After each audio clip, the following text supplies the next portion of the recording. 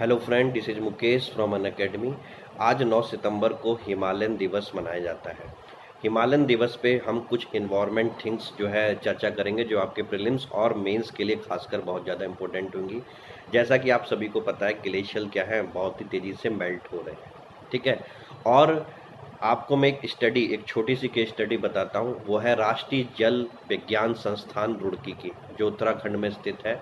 तो इस राष्ट्रीय जल विज्ञान संस्था ने एक अध्ययन करा और उनके अध्ययन के अनुसार यह पता चला है कि गंगोत्री के इलाके में वर्ष भर में ठंडी हवा के मुकाबले गर्म हवा ज़्यादा बहती हैं, जिस कारण क्या है, ग्लेशियर जो है पिघल रहे हैं।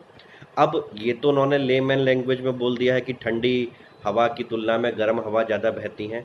अगर हम इसे अच्छी तरह समझें तो याद करो, मैंने आपको ज्योग्राफी में कैटाबैटिक और एनाबैटिक विंड जो है बता रखा है। कैटाबैटिक और एनाबैटिक क्या है? एक जो है आपके हिमालयन के चोटी से नीचे की तरफ जो है आपकी वैली की तरफ जाएगी, घाटी की तरफ, और दूसरी जो है विंड जो है घाटी से कहाँ पे जाएगी, आपके पहाड़ की हिल की जो है टॉप पे जाएगी। ठीक है। तो ऊपर से जो नीचे वाली हवा होती हैं वो क्या होंगी? ठंडी हवा नीचे आएंगी। ठीक है। और जो नीचे से हवा ऊपर जाती है वो क्या होंगी? गर्म हवा जो ऊपर जाएंगी, जिसको हम क्या बोलते हैं? कैटाबैटिक और एनाबैटिक विंड बोलते हैं। ठीक है ना। अब कैटाबैटिक और एनाबैटिक विंड में अगर हम कहें कि जो वैली से जो हवा जो गर्म नेचर की है, अगर वो गंगोत्री की तरफ ज़्यादा जाए तो ग्लेशियर ज़्यादा पिघलेंगे। ठीक है। तो इसी स्टडी को उन्होंने यह बोला कि गंगोत्री क्षेत्र में, ठीक है, अगर ये गंगोत्री क्षेत्र है और ये पहाड़ की चोटी है, तो उन्होंने बोला ऊपर से, ठीक है, नीचे की ओर बहने वाली हवाएं, कौन सी बच्चों? ऊपर से नीचे की ओर बहने वाली हवाएं, यानी कि ठंडी हवाएं होंगी, उसका अनुपात मात्र 40% है। जबकि नीचे से ऊपर की ओर बहने वाली हवा का अनुपात क्या है? 60% आया है। ये रिसेंट स्टडी में आया है, इसको आप कोट करोगे। ठीक है ना। कैटाबैटिक और एनाबैटिक मैंने आपको बता रखा है, कैसे याद करवाया कि कैट क्या होती है, रात को आती है। तो रात को क्या होगा आपका बच्चों? जब पर्वत जो आपके पत्थरों से बने हैं वो जल्दी गर्म और जल्दी ठंडे हो जाएंगे, तो रात में वहां पे क्या हो जाएगा? ठंडा होने के कारण हाई प्रेशर हो जाएगा। ठीक है ना। और हाई प्रेशर में क्या होता है, आपका वैली में लो प्रेशर ही रहेगा और हाई प्रेशर से लो प्रेशर की ओर विंड जाती है। यानी कि जो कैटाबैटिक हुई वो क्या हुई? जो रात को चलती हैं ठंडी हवा नीचे, और एनाबैटिक जो होती है वो चलती है दिन में। यानी कि जब दिन में आप सोचो, जो चोटी है उस पर सूरज भगवान की जब रोशनी पड़ेगी तो वो जल्दी गर्म होगी।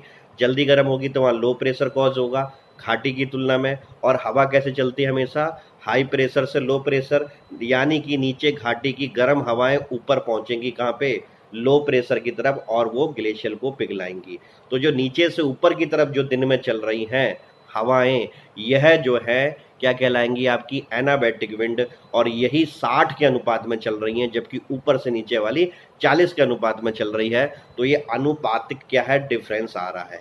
यह वही बच्चा समझ पाया होगा जिसने ज्योग्राफी में, जिसका यह कॉन्सेप्ट क्लियर हो। अगर नहीं भी समझ में आया तो आप मेरे प्लस में कोर्स ज्वाइन कर सकते हो। मैं प्लस में कंप्लीट प्रीलिम्स पढ़ाता हूँ आपको।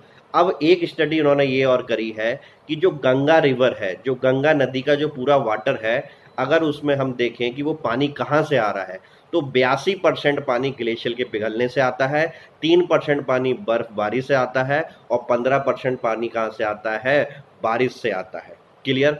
हिमालय डे है आज, 9 सितंबर है आज। तो एक और स्टडी मैं बताऊं कि इस कोरोना काल में हम इंसानों का दखल बहुत कम हुआ हिमालय के रीजन में। तो हिमालय रीजन क्या है, इस समय महक उठा है। वहाँ पे जो केदार वन्य जीव प्रभाग के जो बुग्याल हैं, बुग्याल मतलब घास के मैदान जो पहाड़ों पे होते हैं, वो पुनर्जीवित हो गए हैं। कितनी जो है एक अच्छी बात है। ठीक है। कोरोना आना अच्छी बात नहीं है। मैं क्या बोल रहा हूँ, ह्यूमन का इंटरफेरेंस होना क्या है? कम होना अच्छी बात है। ठीक है। दूसरा, ह्यूमन के कम इंटरफेरेंस से वहाँ पे अब मध्य हिमालय में भी ब्रह्म कमल क्या है? बहुत अच्छी तरीके से फ्लोरिश हुए हैं, और कस्तूरी मृग की संख्या भी बढ़ी है। और अब ये कस्तूरी मृग जो है निचले क्षेत्रों में भी आसानी से देखे जा रहे हैं भ्रमण करते हुए। आप सोचो कि अगर हम इसी तरीके से अपना इंटरफेरेंस कम करें हिमालयन के रीजन पे, तो कितने सारे जो हमारे वन्य जीव हैं जो हमारे क्या है एक तरीके से पुष्प हैं, पादप हैं, यानी कि अगर मैं इकोसिस्टम की भाषा में बोलूँ, फ्लोरा एंड फूना वह पुनर्जीवित हो सकते हैं, उनकी संख्या ज़्यादा बढ़ सकती है। हर किसी प्लेस की क्या होती है, एक इकोलॉजिकल क्या होती है, कैपेसिटी होती है, उसको हमें वॉयलेट नहीं करना चाहिए, उसका उस पे हमें ज़्यादा जा जाके अतिक्रमण नहीं करना चाहिए, ठीक है ना। तो ये कैरिंग कैपेसिटी हमेशा हम याद रखेंगे। मेरे ख्याल से मैंने इस छोटे से वीडियो में काफ़ी अच्छी बात बता दी। जो बच्चे प्रॉपर यूपी पीसीएस की तैयारी करते होंगे तो वो समझ रहे होंगे कि ये छोटी छोटी दो केस स्टडी क्या है, बहुत ज़्यादा इंपॉर्टेंट है, प्रीलिम्स के हिसाब से बहुत ज़्यादा इंपॉर्टेंट है ही। तो इन्वायरमेंट को बचाओ, हिमालय को बचाओ। Thank you very much, have a good day and God bless you.